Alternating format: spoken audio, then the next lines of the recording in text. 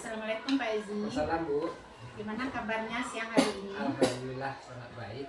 Terima kasih Pak Ezi. Untuk kegiatan pendampingan individu E6 ini kita akan melaksanakan dengan tema dan fokus. Untuk itu bisa kita bacakan terlebih dahulu ya Pak Ezi ya. Untuk fokus pendampingan E6 ini, yang pertama persiapan panen hasil belajar. Yang kedua, pengumpulan survei, umpan balik dan refleksi hasil survei tentang kompetensi guru penggerak, feedback 360 derajat. Bagian ketiga, refleksi perubahan dalam pembelajaran yang sudah diterapkan selama 6 bulan, serta diskusikan dampak pada diri guru dan murid yang terjadi. Bagian keempat, penilaian pemetaan aset, diskusi apakah tujuan program sudah dikomunikasikan ke warga sekolah. Jadi ini untuk fokus pendampingan kita pada siang hari ini. Setelah itu untuk tema pendampingan adalah refleksi perubahan diri dan dampaknya terhadap pendidikan. Jadi tema dan fokus kegiatan pendampingan sudah sama-sama kita pahami ya Pak ya.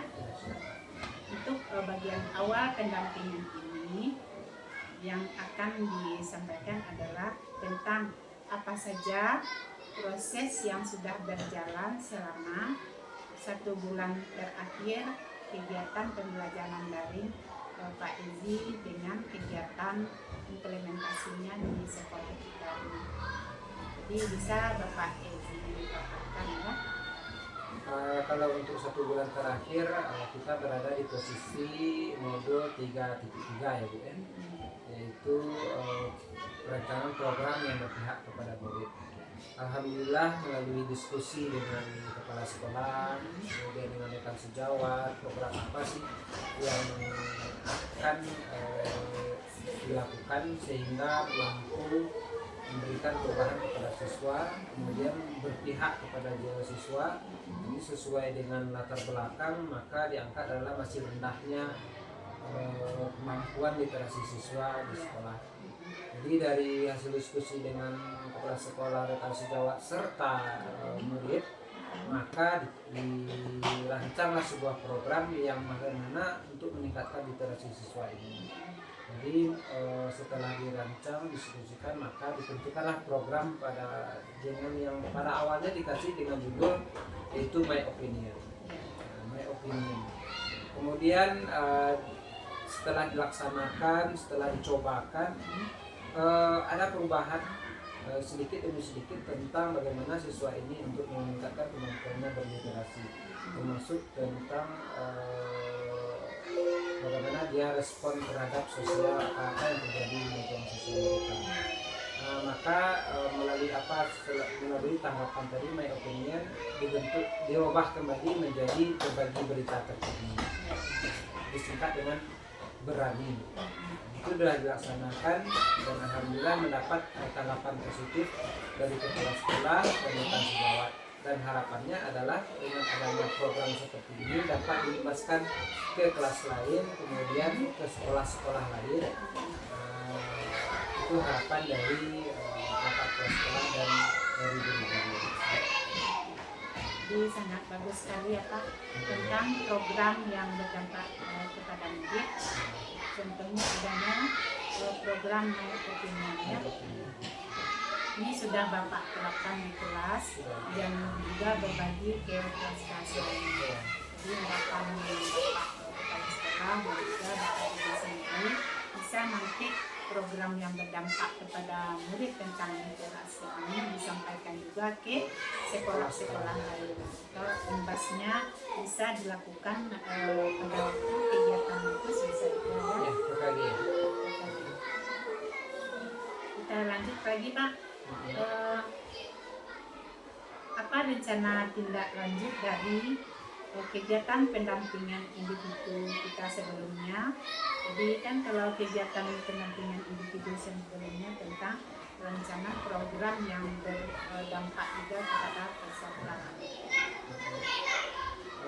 Jadi untuk pendampingan sebelumnya itu rancangan program, tindak lanjutnya itu adalah pelaksanaan bagaimana setelah dirancang itu pelaksanaan itu dapat dilaksanakan secara kontinu. Yang dikhawatirkan adalah program ini hanya sebatas program dan akhir-akhirnya hilang.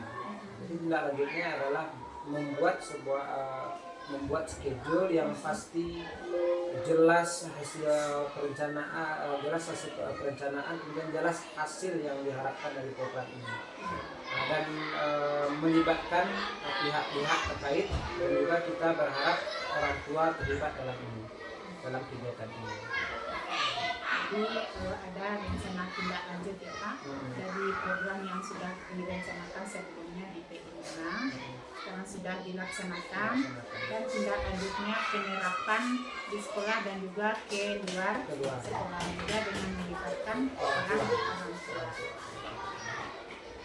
Kita lanjut lagi, apa hal-hal yang dianggap sebagai capaian selama 1 bulan terakhir? Hal-hal yang dianggap tercapai adalah itu terjadinya kolaborasi antara guru, kepala sekolah, kemudian murid. Itu hal yang pertama. Yang kedua adalah dihasilkannya sebuah program yang bisa meningkatkan kemampuan literasi siswa dan sekaligus adanya diskusi dengan orang tua bagaimana program-program sekolah ini dapat didukung oleh wali murid seutuhnya. Jadi yang menjadi capaian setelah belajar selama 1 bulan ini adanya keberhasilan Pak Ezi dalam membangkitkan ya motivasi dan juga daya kritis anak dalam berliterasi ya, bisa menemukan sendiri tentang berita-berita terkininya. Selain dari literasi, apa ada program yang berdampak kepada peserta didik yang sudah Bapak laksanakan? Selain dari berliterasi, yaitu ada kegiatan-kegiatan ekstrakurikuler yang sudah kita laksanakan. Contohnya bahasa dan sastra itu sudah kita cobakan juga, bagaimana anak ini dididik untuk dilatih untuk bisa berpidato, kemudian berbahasa Inggris.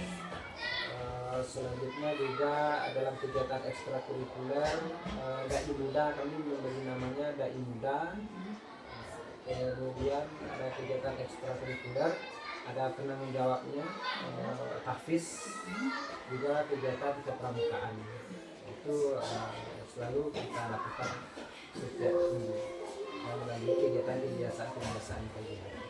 Jadi seperti kegiatan ekstrakurikuler, kebiasaan misalnya kegiatan tahfiz, bisa juga budaya P5 ya, budaya P5 yang sudah dilaksanakan di sekolah tadi. Sudah dilaksanakan. Sebenarnya kan banyak kegiatan-kegiatan yang berdampak kepada kita, kegiatan ekstra, kegiatan literasi, bisa juga kegiatan yang membawa anak ke luar rumah. Iya. Outbound ada kan? Outbound tidak di outdoor, kita bawa ke kebun binatang. Gitu. Itu sudah dilaksanakan. Itu pada mata pelajaran apa tuh Pak? Kalau ke luar. Itu mata pelajaran IPAS. IPAS-nya, misalnya mengenali berbagai fauna ya, fauna di taman apa? Kebun binatang. Di daerah setempat. Di daerah setempat. Bagus juga itu, jadi bervariasi. Karena kalau di kebun binatang itu kan sudah include di dalamnya juga ada museum. Museum Minangkabau ya. Juga pustakaan. Itu sangat menarik sekali bagi anak. Kami pun ada juga di Sengkabasuh yang bawa anak ke 5 kan, di arifan lokal, di kebun binatang dibawa ke rumah gadang itu. Jadi mereka di sana bersama Bajamba. Bajamba. Nah, itu sebelum makan ada aduan tambahan. Jadi dipraktekkan materi kelima yang didapat di sekolah, praktekkan di lapangan. Jadi harus pandai anak laki-laki baru sebelum makan. Tapi susah juga menghafalnya. Sangat jadi cobakan. Susah lama. Karena kalau secara dihafal itu lama, mungkin Ya. secara cepatnya adalah dengan cara dipraktekkan, ada lawan bicara langsung. Jadi kalau dihafal, Memang itu dipraktekkan memang, cuman itu bisa. bahasa Minang ini kan agak kurang biasa. Kurang mereka. biasa untuk dibaca. Berarti pasambahan-pasambahan. Jadi anak laki-laki itu kan calon-calon nenek mama di kampung yang akan disambah, sembah untuk sambah gitu ya. Dalam acara-acara adat. Nah, mungkin itu yang ekskul itu yang belum kami terapkan di sini. Tapi BSM kan udah masuk nih ke dalam kurikulum muatan lokal. Nah, tapi kalau untuk alba-albuannya belum dicobakan. Tapi sejauh ini kita masih mencobakan berpidato berbahasa Minang. Sudah dicoba. Sudah mengenal dia bahasa-bahasa Minang. Tapi yang sesuai yang untuk dibacakan dalam pidato. Tapi mungkin juga masalah umur ya Pak. Kalau SMA disuruh mempraktikkan nanti tuh mungkin gaya pikirnya tuh sudah payah untuk menangkap. Yang bagusnya kan di dasar ini bagus juga ya. Bagaimana cara dua sabar memakan, sabar sesudah makan sebelum itu, nak sedih ini lebih cepat lagi. Biasa. Makasih banyak Pak atas informasi tentang pemahaman materi Bapak mengenai modul 3.3 ya, 3.2 yang akhir dalam 1 bulan.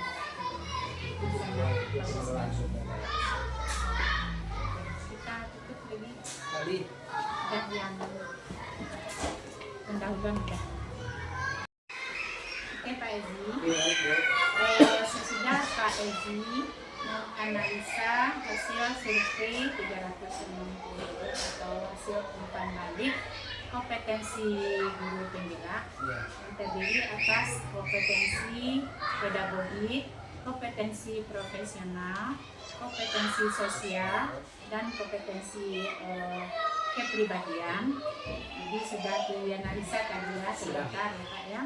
Jadi untuk sekarang kita lanjut lagi berdasarkan hasil survei atau analisis dari Bapak, dari jawaban dari responden seperti kepala sekolah, rekan guru, dan juga 5 orang murid, maka apa yang menjadi perlu ditingkatkan atau yang kurang baik dari hasil analisis Pak Edi terhadap kompetensi. Silakan Pak. Baik Bu, jadi dari semua instrumen dari responden sudah dikumpulkan dan sudah dianalisis, maka posisi saya yang perlu ditingkatkan lagi adalah yang memiliki poin rendah, yaitu dalam kategori kepemimpinan pembelajaran. Di mana ada beberapa indikator yang di situ mendapat poin rendah. Yang pertama adalah memimpin upaya pengembangan lingkungan belajar yang berpusat pada murid. Kemudian memimpin perencanaan pembelajaran, proses pembelajaran yang berpusat pada murid. Kemudian memimpin refleksi dan perbaikan kualitas pembelajaran yang berpusat pada murid. Oh salah, diulang ya Pak. Kalau aku tadi tinggi ya Bu. Pemimpinan sekolah. Mau ulang ya Bu? Kita lanjut Pak Ezi. Baik Bu. Ini bagian perubahan dalam pembelajaran. Setelah Pak Ezi melaksanakan pembelajaran pada pelatihan guru penggerak 6 bulan ini, bagaimana perubahan atau yang dampaknya yang Bapak rasakan dikaitkan dengan kompetensi kita sebagai guru? Baik Bu, ini pertanyaannya sangat luar biasa ini karena sudah 6 bulan kita melaksanakan pendidikan guru penggerak. Dampak yang signifikan yang saya rasakan itu adalah adanya perubahan mindset kita sebagai guru, bahwa guru ini adalah digugu dan ditiru. Kemudian kita kembalikan dalam filosofi Ki Hajar Dewantara, itu bagaimana guru ini sebagai suri tauladan bagi muridnya. Kemudian pembelajaran dilakukan oleh guru juga berpihak kepada murid sesuai dengan kodrat alam dan kodrat zaman. Itu yang saya lakukan, bahwa itu kaitan dengan filosofi, yaitu modul 1.1 filosofi. Itu yang sudah saya berusaha untuk melakukan, bagaimana untuk memenuhi kebutuhan peserta didik dengan keberagaman mereka tadi. Kita lihat pembelajaran itu harus sesuai dengan kodrat alam, seperti apa mereka dibesarkan di lingkungan alamnya. Kemudian kodrat zaman, di mana mereka itu harus diberikan pengajaran sesuai dengan zaman sekarang ini. Nah, itu yang kita pelajari pada modul 1. Dan kita kaitkan juga dengan kompetensi pedagogi guru. Maka guru itu harus mengupdate ilmu mereka, harus memperbaharui ilmu mereka sesuai dengan perkembangan zaman tadi, sesuai dengan apa yang dibutuhkan anak terhadap pembelajaran yang semakin hari semakin ada perubahan dalam teknologi. Kemudian nilai-nilai peran guru penggerak juga dikaitkan dengan hal ini, karena peran dan nilai guru penggerak itu bersifat bertanggung jawab, mandiri, berkolaboratif, itu perlu dilakukan. Karena tidak adanya nilai-nilai itu, maka tidak akan terlaksana program-program yang akan dilakukan dalam sebuah sekolah. Kemudian adanya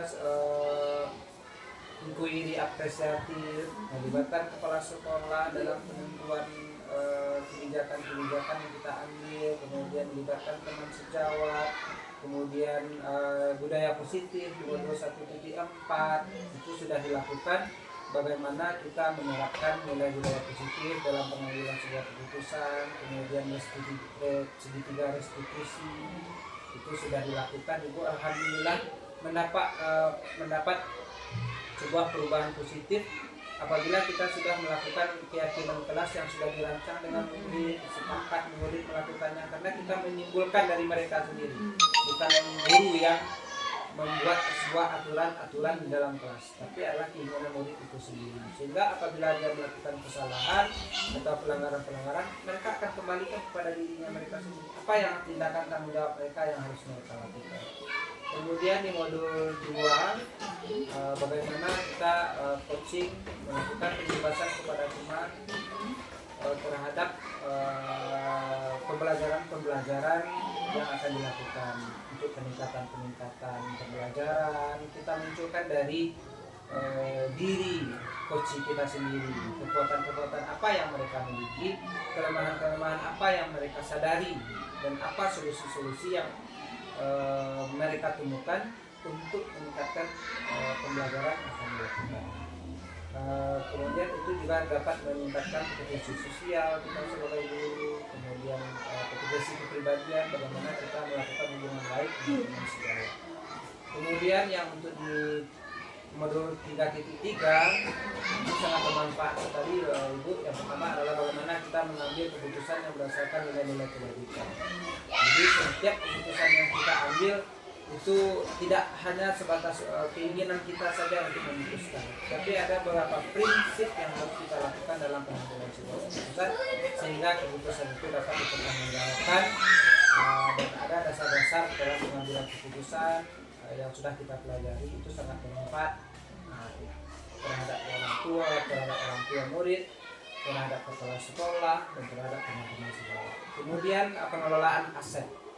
Pengelolaan aset pada modul 3.2 itu sangat bermanfaat juga, bahwa kita pihak sekolah yang selama ini mengetahui aset itu hanya ada yang berbentuk fisik di sekolah, ternyata itu salah. Setelah mempelajari modul ini, kita memahami lingkungan sekolah sekitar, kemudian sumber daya manusia yang ada di lingkungan, itu juga merupakan aset untuk sekolah. Bagaimana kita harus melibatkan aset tersebut dalam proses meningkatkan pembelajaran yang ada di sekolah. Nah, itu juga erat kaitannya dengan kompetensi sosial. Karena dengan kompetensi itu kita mampu melibatkan semua yang menjadi aset dan sehingga berdampak kepada pembelajaran di sekolah. Yang terakhir itu modul 3.3, di mana semuanya sudah berkolaborasi, sudah dirancang dengan baik, sudah melalui dasar-dasar bagaimana pendidikan itu, maka dirancanglah sebuah program yang berpihak pada murid. Program itu juga melibatkan kolaboratif antara kepala sekolah, CGP, orang tua, dan murid, sehingga program itu langsung berdampak kepada murid. Nah, itu juga berkaitan dengan kompetensi, kepribadian juga, pedagogik juga, sosial, semuanya terkumpul dalam program yang berpihak pada murid. Ya, sangat luar biasa sekali ya Bapak ini pemahamannya sudah belajar selama 6 bulan ini. Jadi dengan banyaknya ilmu-ilmu yang Bapak dapatkan pada pelatihan Balai Guru Pembira ini akan menambah wawasan, juga akan menambah peningkatan kompetensi Bapak sebagai guru pembira. Jadi Bapak bisa berkolaborasi di sekolah, bisa dengan murid-murid meningkatkan pemahaman kognitifnya, juga sosial murid, juga pemahaman religiusnya, juga bisa memberdayakan semua aset-aset di sekolah kita ini. Jadi semuanya muaranya dengan peningkatan pendidikan di sekolah dan juga pendidikan di luar sekolah kita ini. Kita lanjut lagi Pak Ezi. Apa saja perubahan-perubahan yang terjadi pada diri murid selama Bapak Ezi menjalani kegiatan pelatihan guru pembira? Perubahan-perubahan yang pertama yaitu murid merasa terpenuhi kebutuhannya, keinginannya sesuai dengan gaya belajarnya, sesuai dengan kodratnya. Kemudian murid juga melalui segitiga institusi itu sangat terjadi perubahan Ibu, bagaimana murid itu dihargai apabila menyelesaikan sebuah permasalahan melalui segitiga institusi. Nah, jadi murid tidak merasa dihukum, dihakimi oleh guru, tetapi diajak berdiskusi bagaimana mereka bertanggung jawab terhadap pelanggaran yang mereka lakukan. Itu sangat terjadi perubahan. Kemudian perubahan yang terjadi juga menciptakan lingkungan yang kolaboratif, bagaimana melibatkan semua aset yang ada di lingkungan sekolah. Orang tua ikut bertanggung jawab terhadap pendidikan anaknya. Teman-teman sejawat juga membantu bagaimana untuk menyelesaikan semua permasalahan-permasalahan yang ada di setiap kelas. Kita berkolaborasi. Kemudian para pemangku kepentingan seperti anggota DPR juga ikut berpartisipasi dalam pengembangan sekolah. Itu kita setelah mempelajari ternyata itu merupakan aset yang perlu dijaga untuk pengembangan sekolah.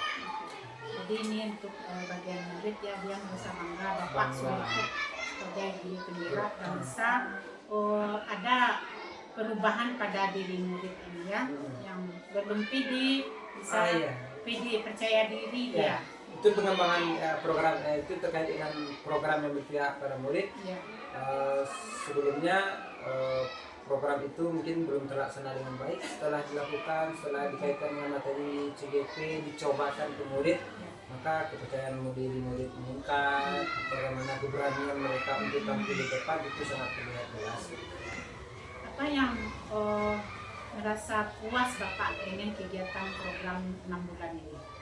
Yang sangat puas itu adalah muatan materi yang ada di CGP itu sangat komplit, sangat terperinci dengan baik, mulai dari modul 1.1 itu kami diberikan materi-materi bagaimana kita menyadari guru itu seperti apa, bagaimana kita menyadari murid itu seperti apa, kemudian beranjak lagi kepada nilai-nilai, beranjak lagi kepada pelibatan orang-orang sekitar kita, pelibatan semuanya, kemudian endingnya adalah bagaimana kita merancang sebuah program yang mampu melakukan perubahan terhadap murid.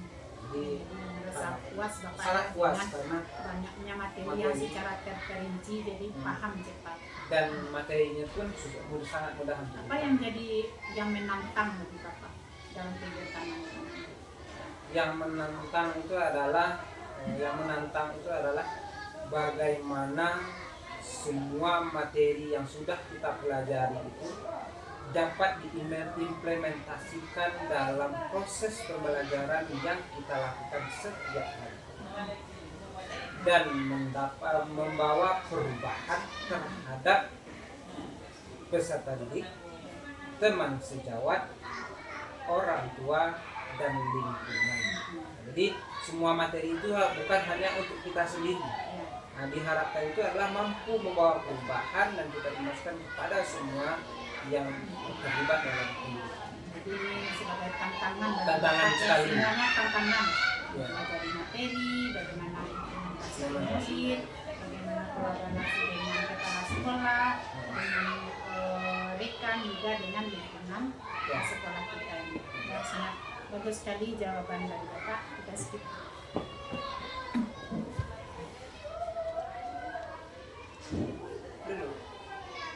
Itu salah pakai krim.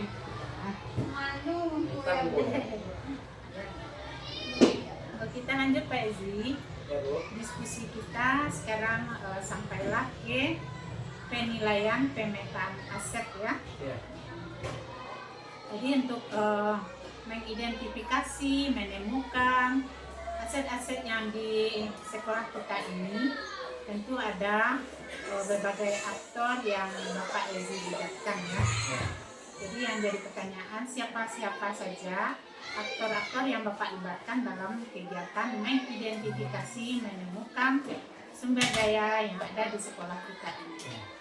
Jadi aktor-aktor yang kita libatkan yang pertama yaitu tentu kepala sekolah, tanggung jawab, kemudian orang tua, kemudian rekan sejawat, kemudian masyarakat.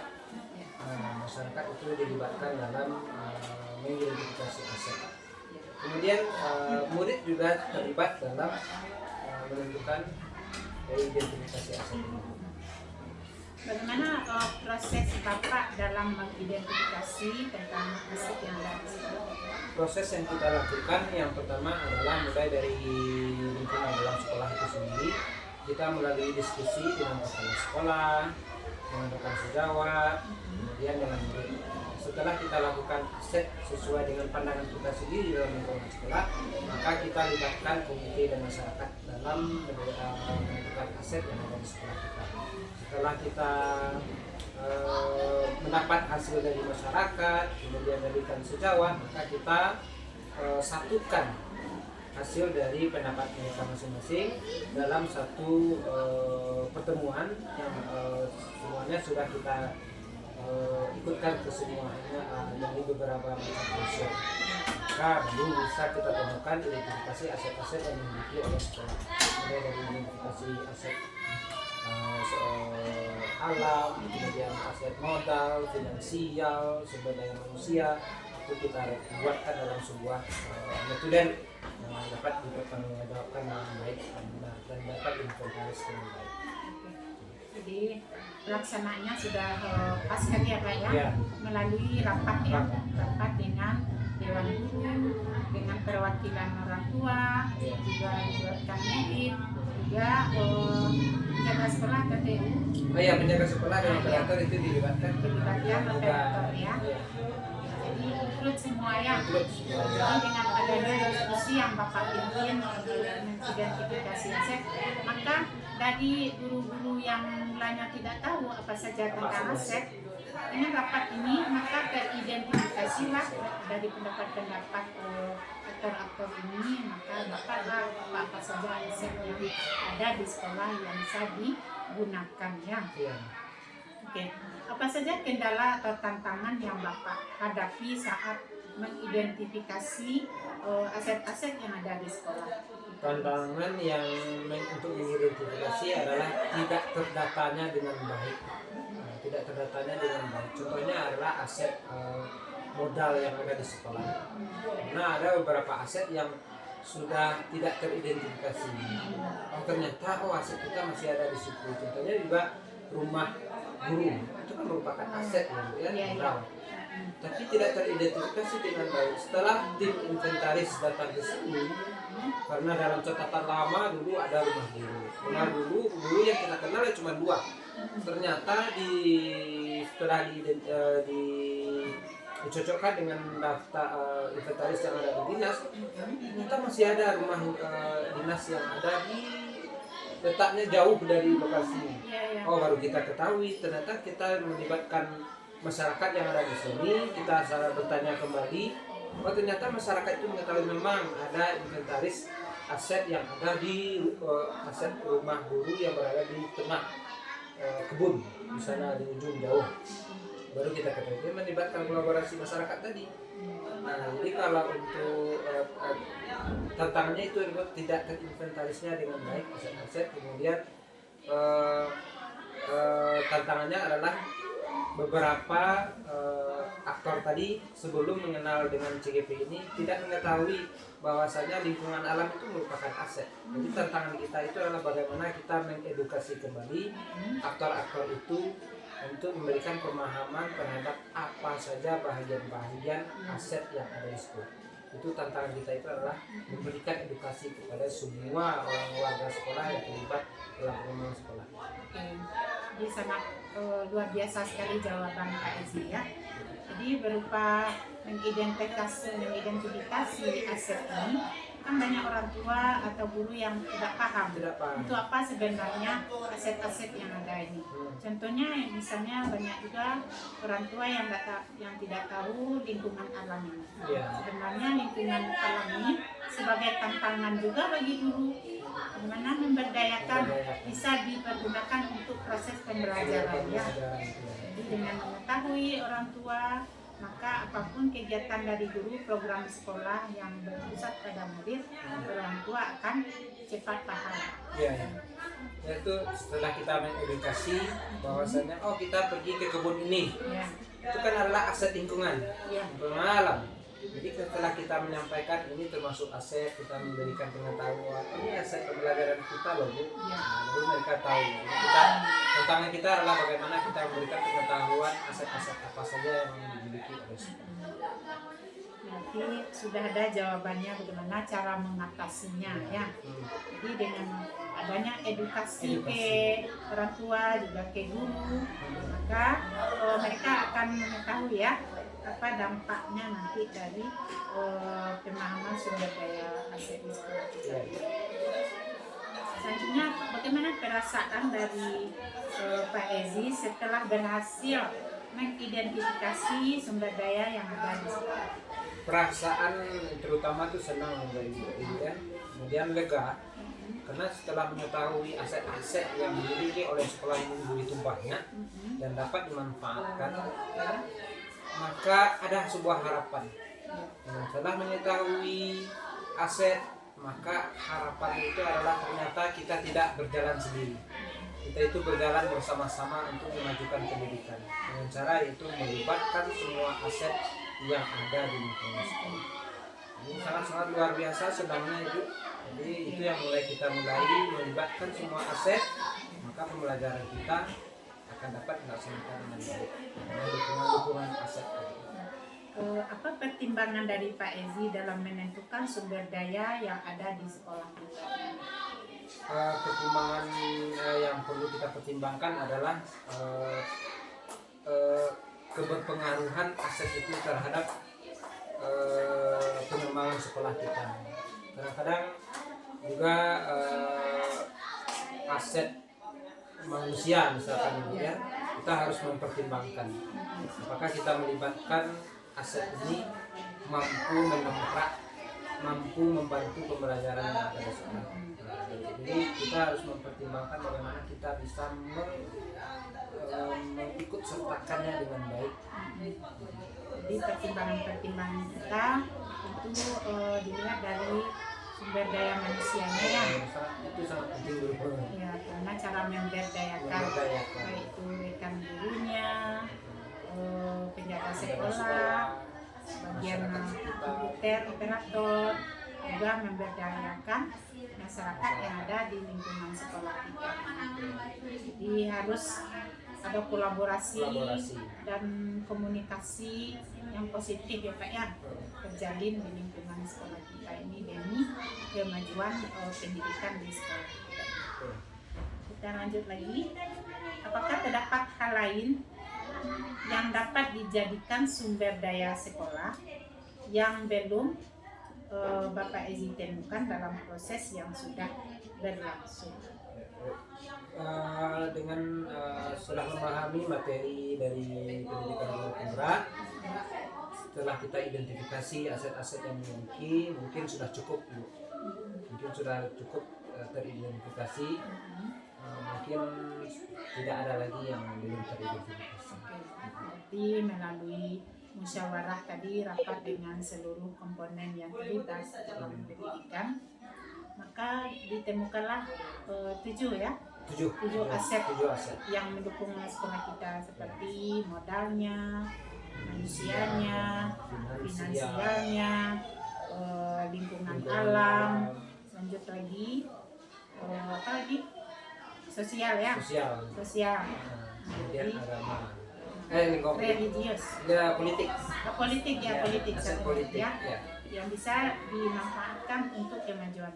Tentunya saja yang sudah Bapak Ezi sampaikan tadi, kalau bagian politik melibatkan orang-orang yang berpengaruh, bisa memajukan sekolah kita. Jadi sudah dilaksanakan ya. Sudah dilaksanakan dalam lingkungan kecil saja, kita sudah melibatkan wali negara. Alhamdulillah, setiap kegiatan program apapun yang kita laksanakan di sekolah, beliau hadir memberikan dukungan.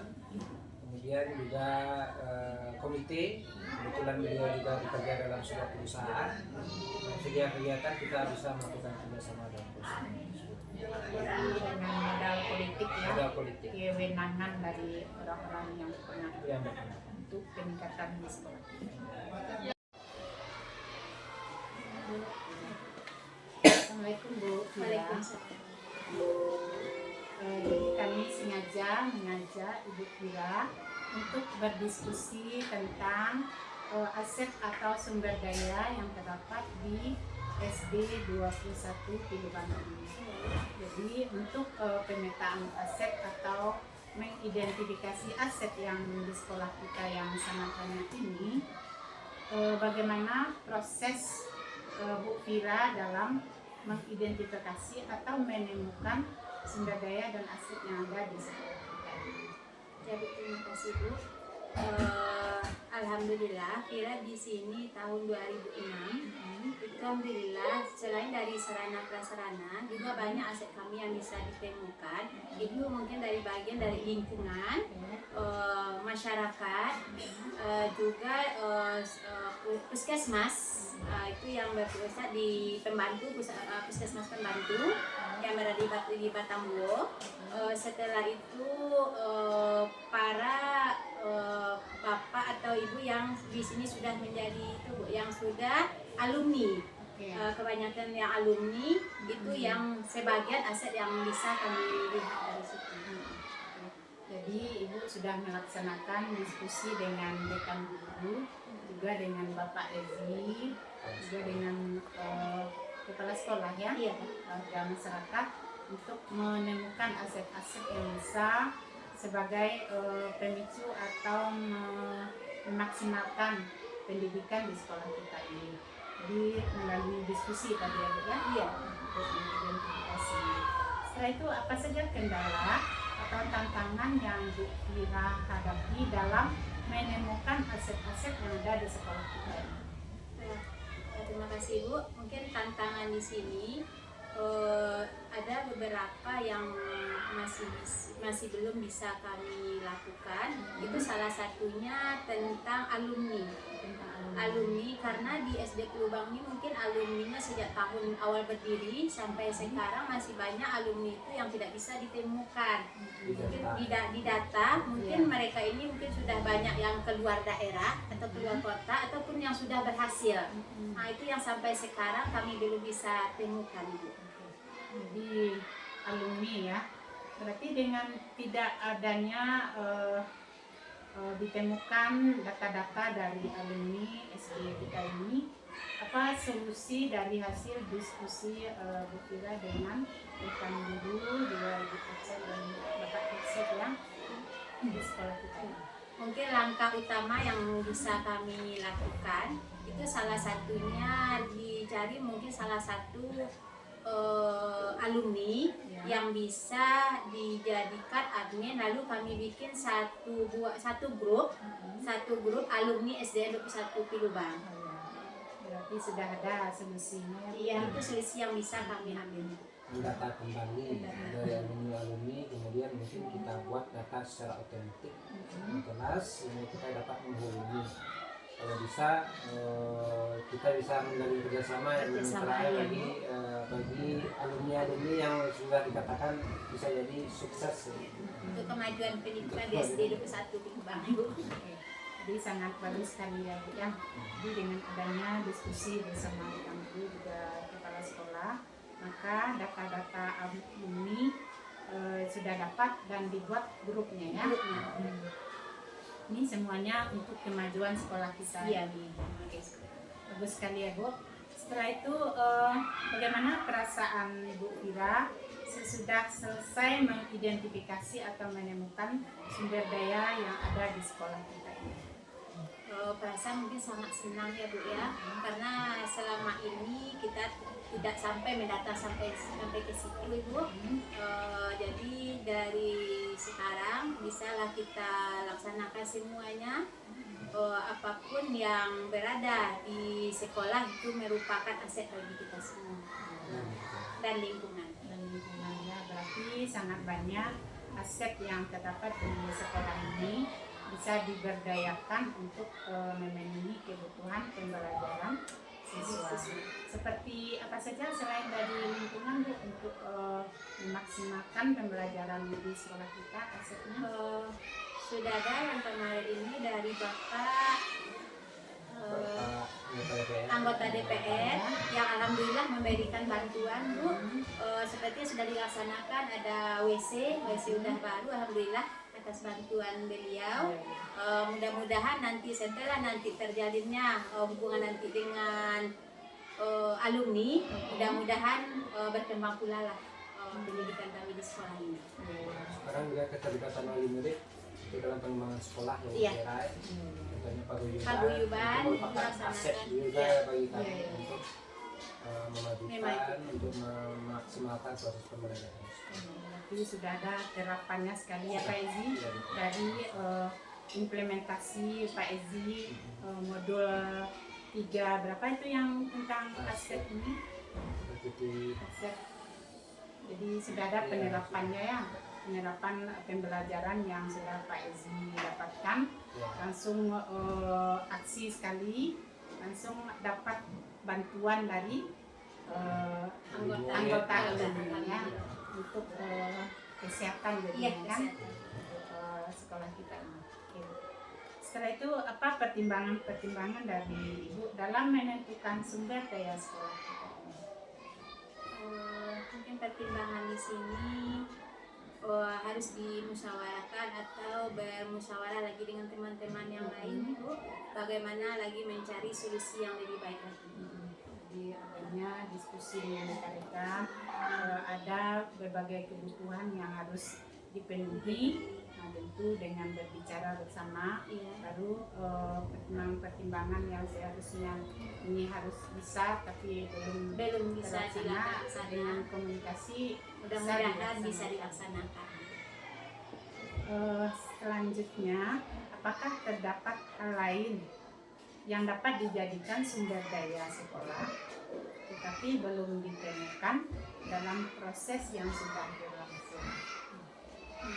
Mungkin kalau yang dilihat Ibu sebagian kecil lagi ya Pak Izi ya, sebagian semuanya kecil semua sudah terlibat terlaksana, dalam terlibat sekolah. sekolah. Semua. Cuma sebagian kecil cuma yang Oh ya, terlibat. berarti secara umum aset sekolah kita ini sudah bisa diberdayakan. Diberdayakan.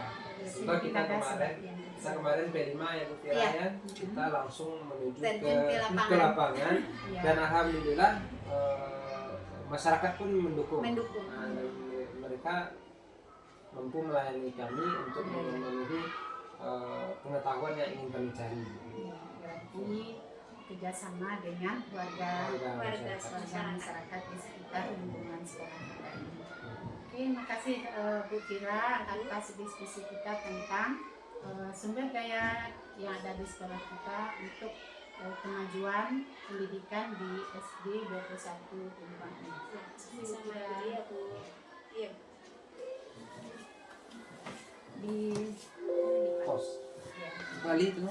kan Si Oren. kita lanjut ke Bapak.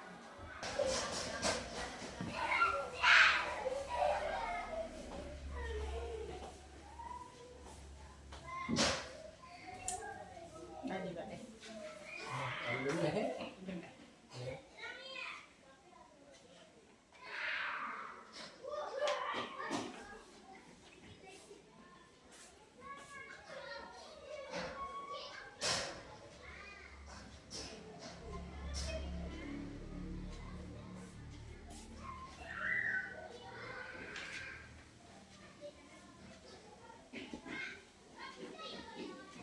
Ini pada dalam ya? Nah, bisa lah.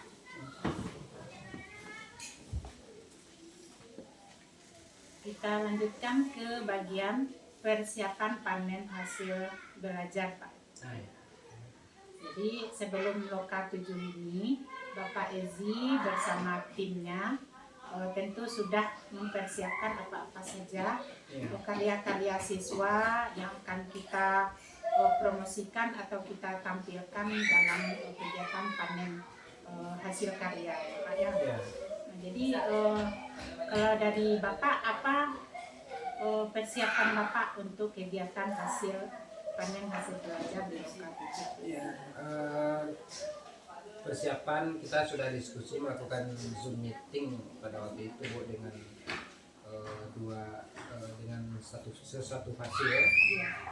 Kita sudah sepakat bahwasanya mulai dari yang harus dipersiapkan bersama yaitu spanduk, kemudian banner, kemudian isi dari stand itu ada yang disiapkan secara bersama.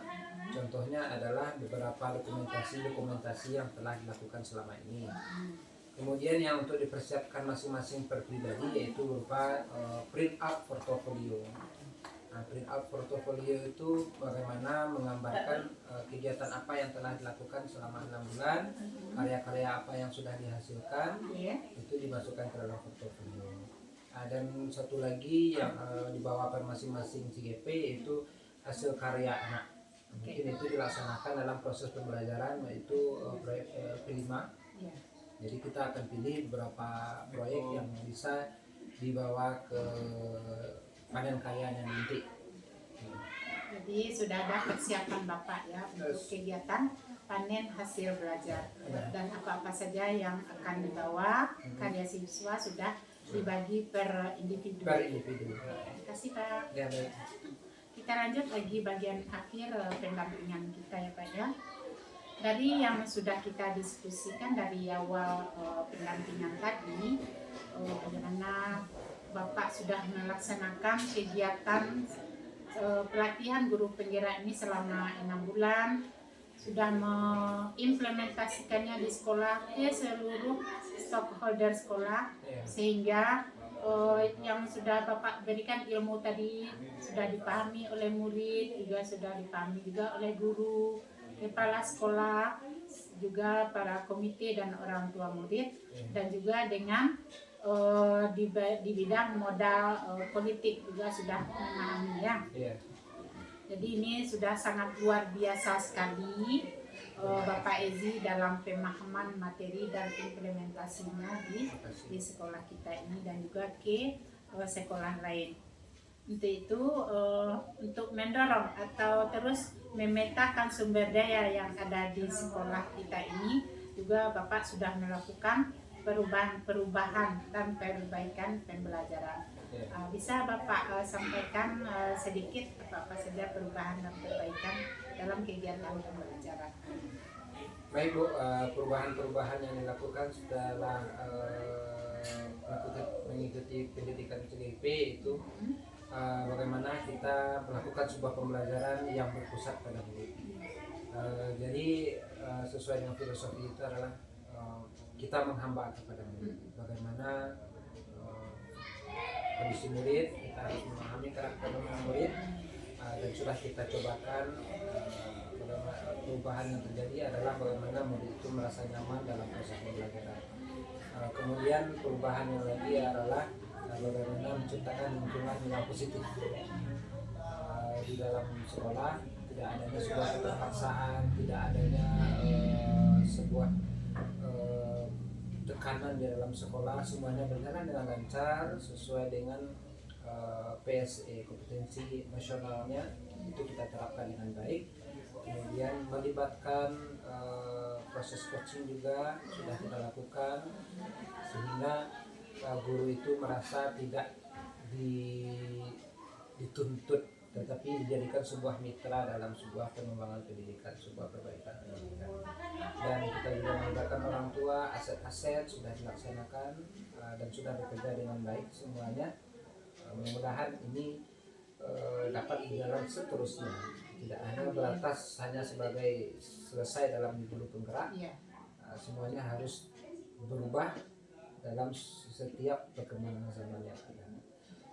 Itu mungkin perubahan-perubahan yang sudah dirasakan.